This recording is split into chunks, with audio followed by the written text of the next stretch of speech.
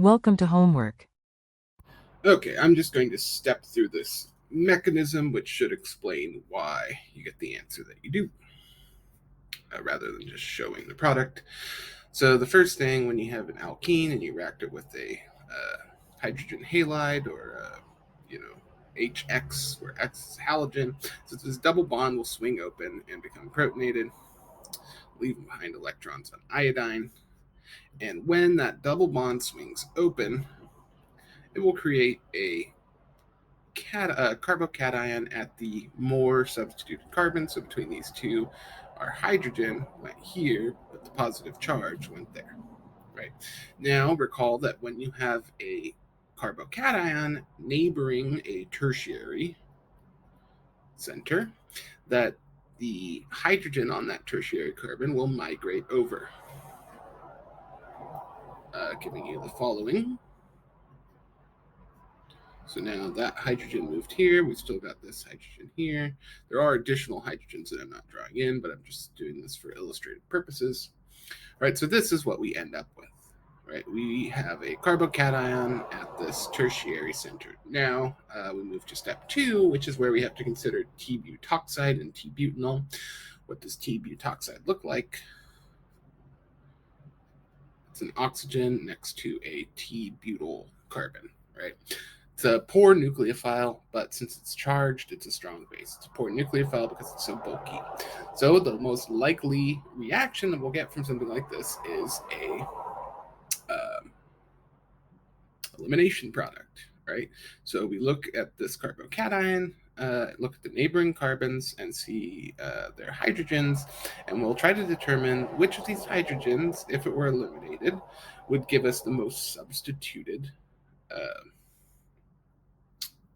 product, right? Sometimes we have to consider if there's like a tertiary center, if this bulky base will even be able to get in there. So there may be some preference, for example, for abstracting this primary hydrogen. But in this case, we'll just say, we've got to decide between essentially these hydrogens and this hydrogens, that hydrogen, right? So in terms of I'll draw both the products, and then we can kind of think about which one it might be. So if we abstract the hydrogen in red, we'll get either of the hydrogens in red, we'll get the following product. Right. And if we abstract the hydrogen in blue, we'll get this product.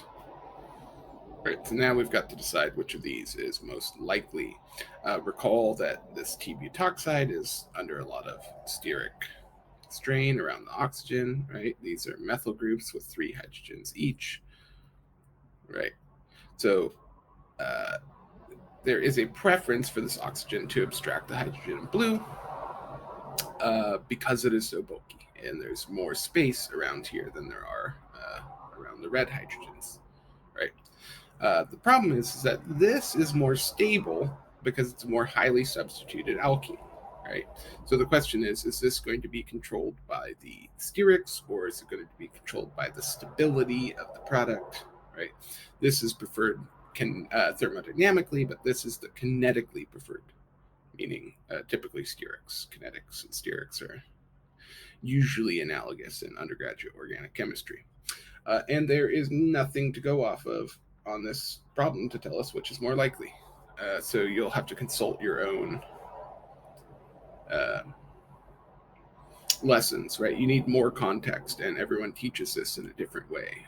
When you should have, for example, thermodynamic versus kinetically favored products. So thermo, and kinetic. This is up to you to decide based on what you've been taught.